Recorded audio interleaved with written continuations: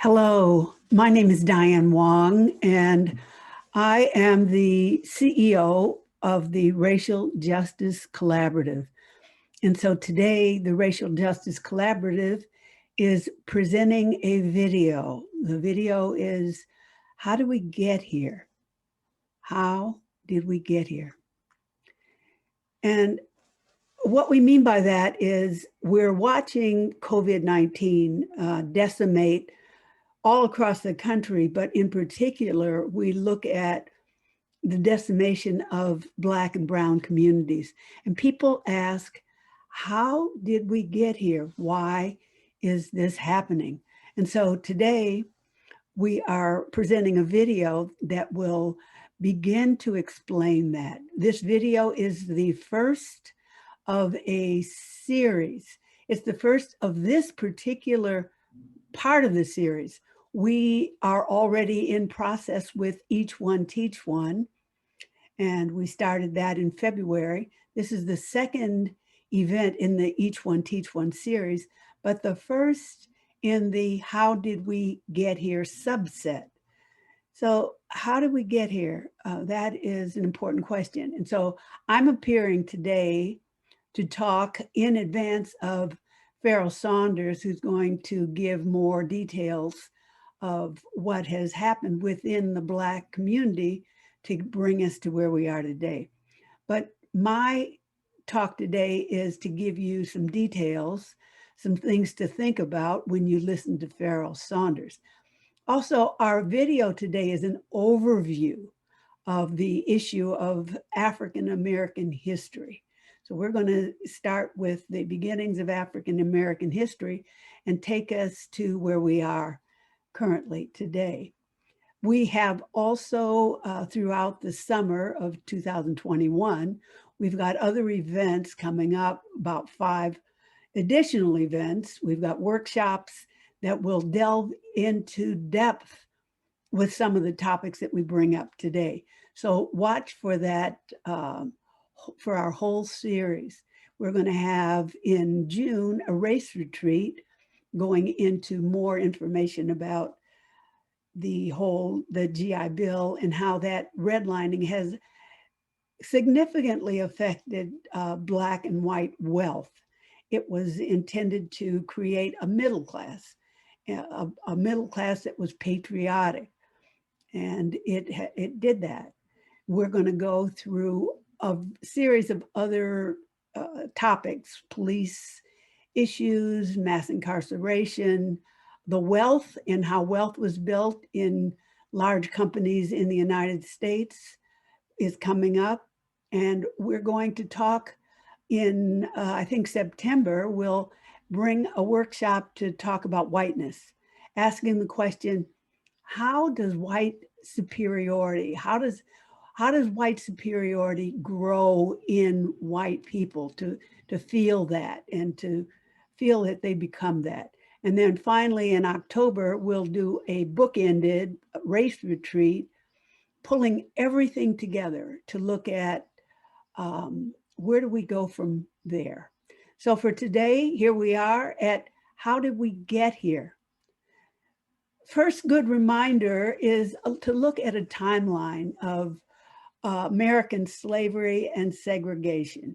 So we've got, our history has, in the United States, 339 years from the beginnings when Africans were first come here to the United States and began a whole triangle trade where Africans were kidnapped, as Bob Marley puts it, stolen from Africa, and have been fighting for survival ever since. So as we think about COVID-19, keep that in mind. 339 years of legal slavery until the end of the Civil War in 1865.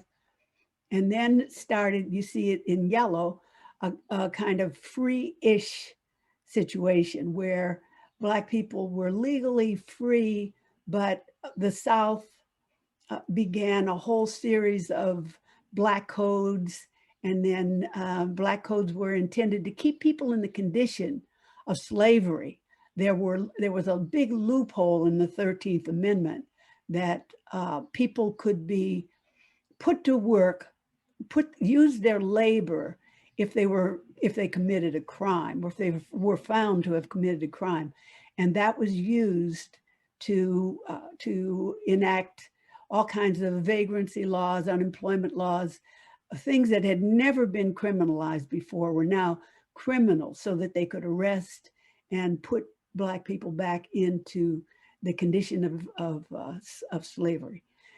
That continued the Black codes until we started into, and continued even after Jim Crow laws. And the Jim Crow laws were segregation, really started in earnest in the law with the Plessy versus Ferguson separate but equal case.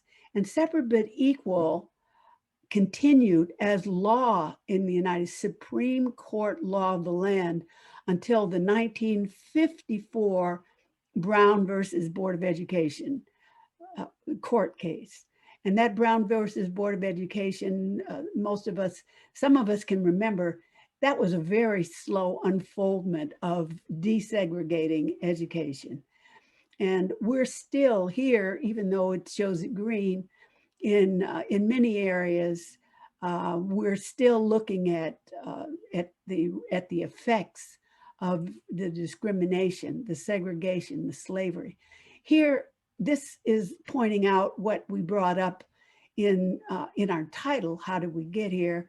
10 times more on the wealth scale. White wealth is, median white wealth is 10 times that of median Black wealth. And that is not just in 2021, that has been throughout our American history. And this graph shows the figures from 1965 until 2017. In 2017, median white wealth was $174,000. And the median Black wealth was $17,409. And some figures today show that median white wealth is decreased, median Black wealth is decreasing. So the wealth is going down, down, down for Black people. And here are here's the data for Hispanics. At white wealth is 8 times that of Hispanic wealth. And if you look at it at a different graph, you'll see that at the bottom are Black people from 1989 until 2016. And you see that's a very steady stay at the bottom. And then white wealth is up here higher. Then when we look even at the median family income, that's not wealth, but it's income. You can't really pass that income down. If you lose your job, their income is over, but your wealth can be passed down generation after generation. So how do we get here? How does it come that the average white household holds wealth, and that the average Black household possesses a mere 10 cents on every dollar of white wealth? So we know that the Civil War ended in 1865 and it left Black people free. But as Ida B. Wells said in 1893, we were left homeless, penniless, ignorant. Recall that teaching slaves to read was a crime during slavery, nameless and friendless. So Black people were released free to nothing, no food, no clothing, no shelter, in a hostile land that where their former slave owners now kept them at their mercy. So that was freedom for Black people. It was a very desperate time. We'll talk more about that. Farrell will talk more about that. And all through the time after the end of the Civil War, there were policies that were put in place to make life better for Americans. But those policies were particularly skewed to keep Black people from participating in any kind of benefit. So neither Reconstruction, the New Deal. So in the New Deal, you've got um, here in the New Deal, you have the Social Security Act of 1935 and also a Labor Law Act in 1938. And that Social Security Act was for the purpose of a safety net. We have somewhat of a safety net in place for the elderly, unemployment, and for disadvantaged Americans that would be able to take advantage of this Social Security Act of 1935. But that Social Security Act intentionally excluded most African Americans by excluding farming and domestic service from being able to participate in Social Security or in unemployment. And some of that still exists to this day. So if you look at COVID-19 and you see so many people that are delivering our food or working in jobs where they don't get unemployment, they must work. So that is the legacy of the Social Security Act of 1935 and its intention. We also have a continuing employment discrimination that the Civil Rights Act of 1964 was intended to change. There has been clearly some change in that, but we've shifted from being able to write no Blacks need apply, no Blacks can rent this house, no Blacks. Now that isn't said directly, but there are all kinds of custom and tradition and ways that that is enforced anyway, through Black sounding names. When you see a person, you can see that they're Black. And so you find that employment discrimination continues. And one of the reasons for the continued employment discrimination, all the different kinds of discrimination, have to do with Jim Crow and the caricaturing of Black people during Jim Crow. The purpose of that kind of caricature, along with the scientific racism intended to show that Black people were smaller brains, inferior, physically inferior, mentally inferior. That was to drive home the notion in everybody, to get it inside of us that Black people were inferior. And so those things that reside inside of us, in our hearts and minds, those are harder to change. So we haven't really done very well in changing the beliefs that Black people are inferior. So over the summer, we're going to work on that. So we hope you'll stay with us and see more of all of that. Now, there are some definitions that you should know. So white supremacy, we're going to talk a lot about white supremacy. Now, we're not talking about white supremacist organizations like the Ku Klux Klan. Yes, that's white supremacy also, but we're talking about the broader impact of a country that was built and intended from its inception, everything that it did, like the Dred Scott case that said that that the Black man had no rights, that the white man need respect. Those things are in our minds, they're in our hearts. And so white supremacy is the rule. It's in our systems, it's in our education. White people still, because of capitalism and because of our way of structuring our payment to schools, our tax-based payment to schools, white areas that have historically been wealthier because of all the reasons that we're going to talk about and what I'm talking about now, have more money and spend more money on their school systems. Employment discrimination, housing discrimination, health care discrimination.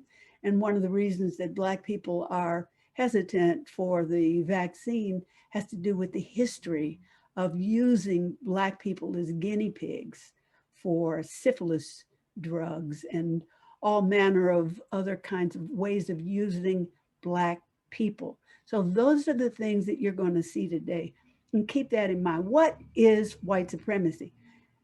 White supremacy is a white supremacy is a mindset by which you organize power, the power to oppress, clearly control. We're going to talk a lot about controlling when we talk about the history of the police, slave patrols, right on. That's what else is the purpose of policing? They're controlling people. And the ability to provide power and privilege to those that are identified as or can identify as white.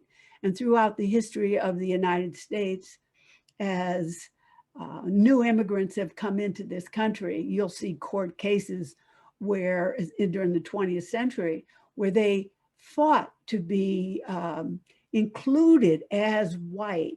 So why is that? So that they could get the benefits of whiteness. So now let's first talk about the FHA. So the FHA, that is an important policy that you need to know about when we talk about redlining.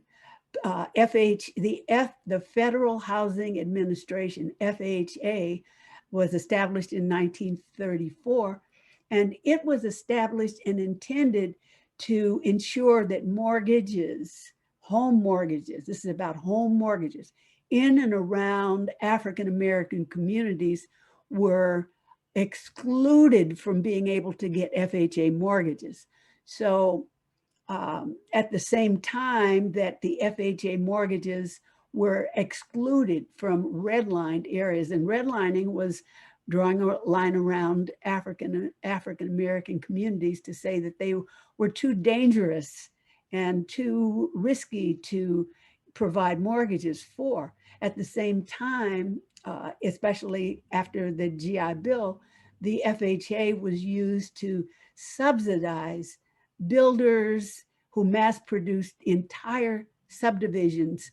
The whole suburbs were built for white people, and with the requirement that that none of the homes be sold to African Americans.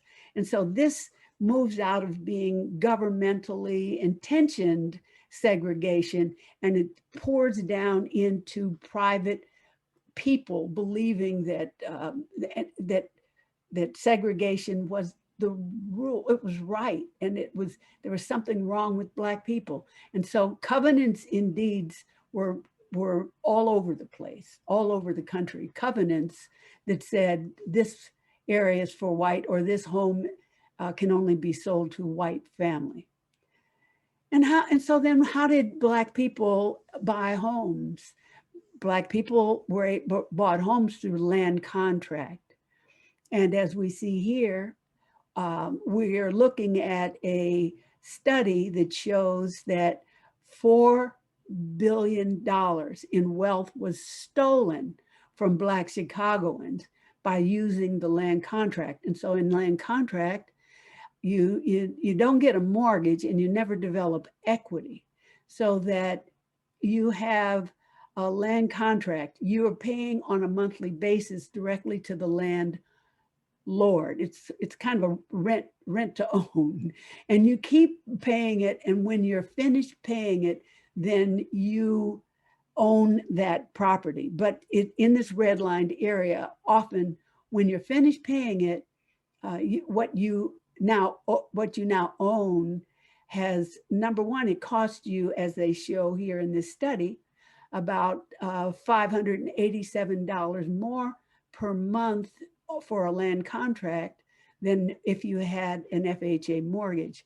So that if you're looking at the accumulation of that cost over decades, you'll find billions of dollars were stolen from Black people across the country, not just in Chicago. Land contracts are all over the place. And so with that happy note, I want to bring us into how are we able to do this kind of program. And we want to thank the Massachusetts Cultural Council. The Massachusetts Cultural Council has many local councils, and we receive support clearly from the Massachusetts Cultural Council, but from a number of the local cultural councils, the Somerville Arts Council, the Wayland Council, Wellesley. We received a grant from Wellesley, Natick, and the Newton Cultural Council. So without these grants, and so I'm hoping that people will start to look at putting more money into your cultural councils. We have need for these kinds of programs so that people living in your community, like here we are living in Massachusetts, and we're able to pull together a program that will be important and more important as we continue to inform people about African American history. There's so much, and it's not really hidden. There is so much. You just have to look for it. So I'm going to introduce you now to Farrell Saunders, and he's going to bring us right into slavery. And with this slavery, he'll take us all through from that 339 years of slavery all the way through till the present day. So thank you very much. And please welcome Farrell Saunders.